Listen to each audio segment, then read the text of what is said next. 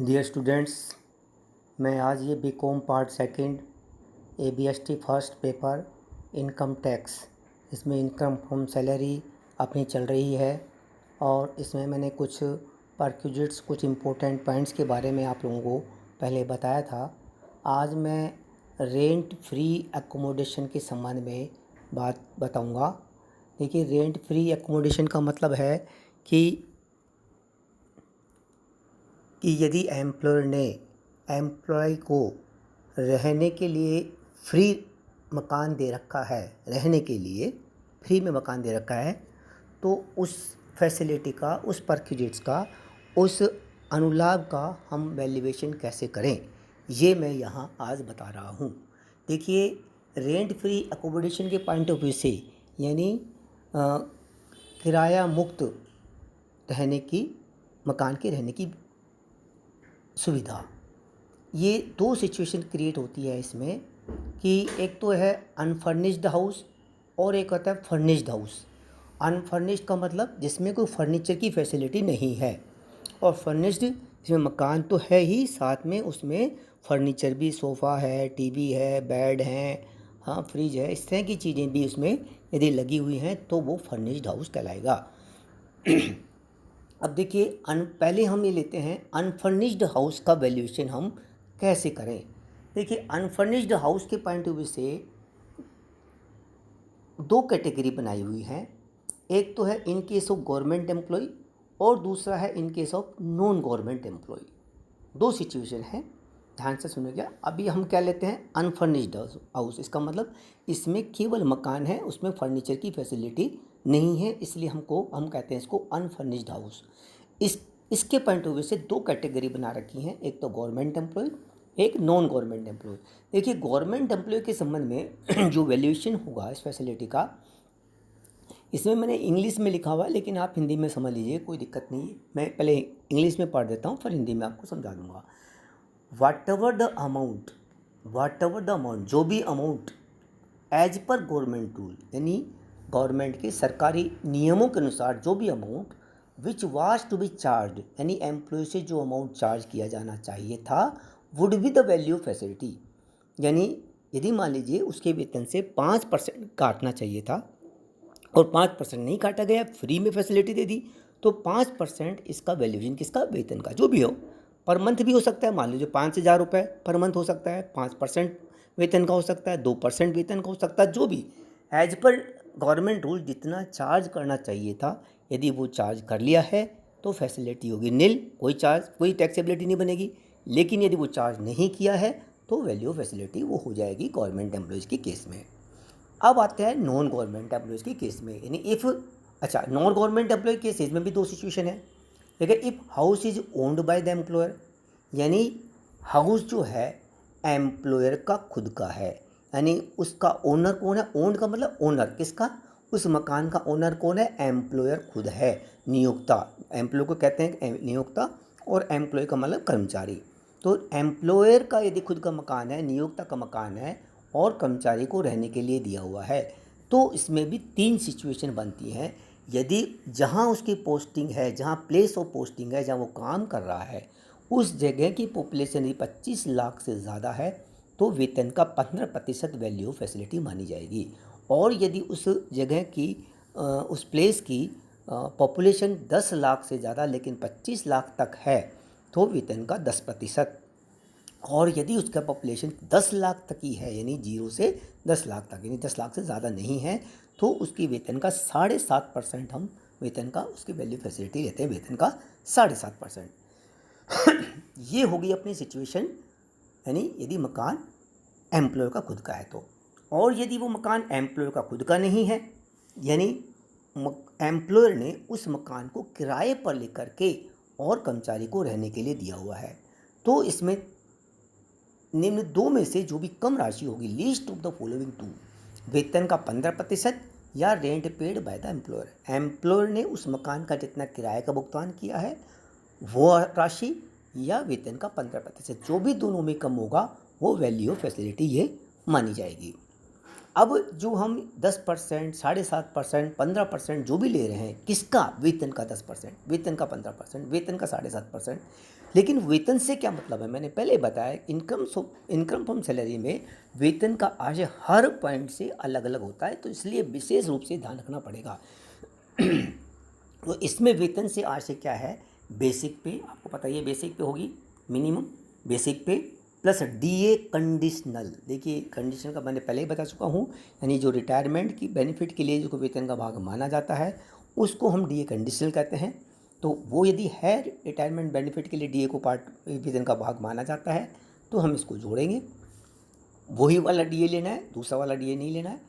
All taxable allowance है, taxable allowance जो taxable part है अलाउंसेज का वो अपन इसमें, जैसे मान लीजिए ट्रेवलिंग अलाउंस है, आपने देखा कि बस उसको मिला 10,000 रुपये, उसमें से उसने 8,000 रुपये खर्च कर दिए, 2,000 बचा लिए, जो टैक्सेबल पार्ट होगा वो इसमें अपन ऐड करेंगे। तो टैक्सेबल अलाउंसेज, टैक्सेबल तो हो गए, उसमें भी जो टैक्सेबल पार्ट है वो इसमें ऐड करेंगे। प्लस बोनस, कोई बोनस मिल रहा है तो ऐड करेंगे। ऑल टाइप ऑफ कमीशन, देखिए इसमें ज़्यादातर बहुत सारी जगह अपन COS लेते हैं, कमीशन ऑन सेल्स, इसमें हर तरह का कमीशन लेंगे, चाहे सेल्स बेस्ड हो या प्रॉफिट बेस्ड हो।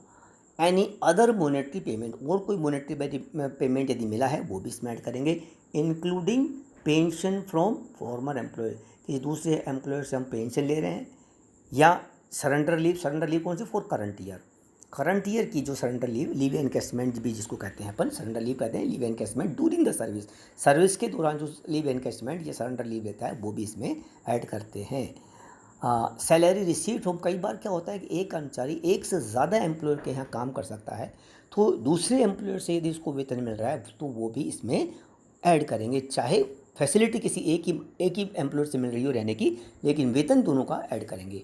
But does not include retirement benefits, यानी प्रोविडेंट फंड है, रिटायरमेंट पर लीव एनकैशमेंट है, और कोई कमिटेड पेंशन है, इस तरह का यदि कोई अमाउंट कंपनसेशन, रिटायरमेंट पे कोई कंपनसेशन मिल रहा है तो वो इसमें ऐड नहीं करेंगे रिटायरमेंट बेनिफिट्स को। इसी तरह से वैल्यू ऑफ परक्यूजेट्स को भी हम इसमें शामिल नहीं करेंगे वेतन में।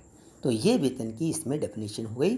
ध्यान रखना हर क्वेश्चन में अलग अलग डेफिनेशन, हर पॉइंट में सैलरी की डेफिनेशन अलग अलग है।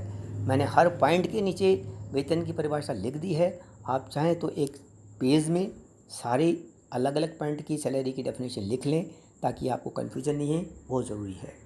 अब दूसरी बात आती है अपने फर्निश्ड हाउस के संबंध में। देखिए पहले मैंने बता दिया अनफर्निश्ड हाउस के बारे में, फर्निश्ड हाउस के संबंध में देखिए इसमें जैसे अपन ने फर्निश्ड हाउस में दो कैटेगरी ली थी, गवर्नमेंट एम्प्लॉय और नॉन गवर्नमेंट एम्प्लॉय।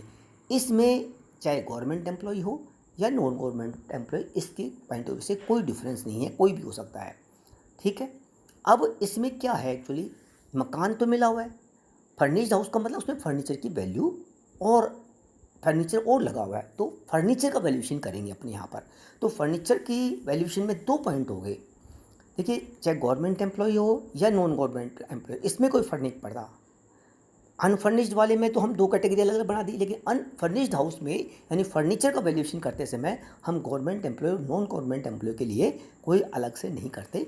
फ़र्क क्या है, यदि वो फर्नीचर, इसमें if furniture is owned by the employer, यदि फर्नीचर एम्प्लॉय का खुद का खरीदा हुआ है और उसने यूज़ करने के लिए एम्प्लॉय को दे रखा है, तो उसकी ओरिजिनल कॉस्ट का 10% इसमें हम वैल्यू फैसिलिटी मानेंगे। ओरिजिनल कॉस्ट का 10%, रिटर्न डाउन वैल्यू को इसमें लिख दिया मैंने, but not return down value को नहीं, ओरिजिनल कॉस्ट का 10% ये वैल्यू फैसिलिटी फर्नीचर की मानी जाएंगे।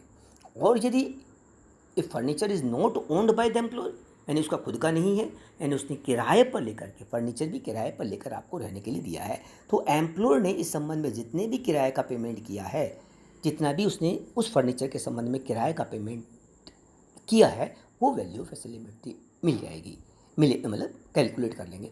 अब दोनों पॉइंट, यदि किराए पर ले नहीं है यानी एम्प्लॉय का खुद का है, तो उसकी ओरिजिनल कॉस्ट का 10%। देखिए रिटर्न डाउन में क्वेश्चन में देंगे आपको रिटर्न डाउन वैल्यू भी देंगे, लेकिन आपको ओरिजिनल कॉस्ट का ही 10% लेना है यदि फर्नीचर एम्प्लॉयर ने खरीद के खुद ने और यूज़ करने के लिए दिया है।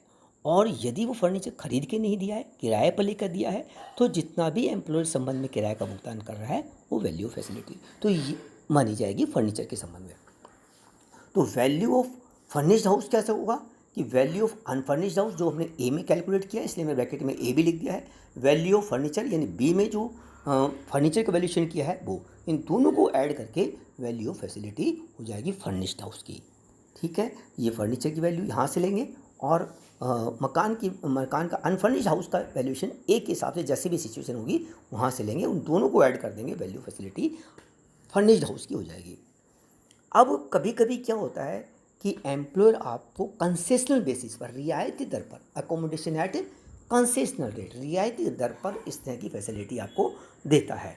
तो ऐसी स्थिति में यदि अकोमोडेशन कंसेशन रेट पर है तो हम पहले तो ये देखेंगे कि वैल्यू फैसिलिटी दोनों में से फर्निश्ड है या अनफर्निश्ड, उस ए और बी जो भी सिचुएशन, छठा पॉइंट जो है इसमें जो भी सिचुएशन है उसका आपसे वैल्यू ऑफ हाउस फैसिलिटी कर लेंगे।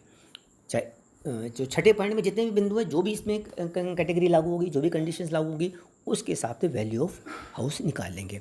और उसमें से जो भी एम्प्लॉयर ने उसमें उससे चार्ज किया है, ये लिख दिया इसमें मैंने, if employer is charging some money from the employee in respect of house accommodation, then whatever the amount charge by him will be deducted from the value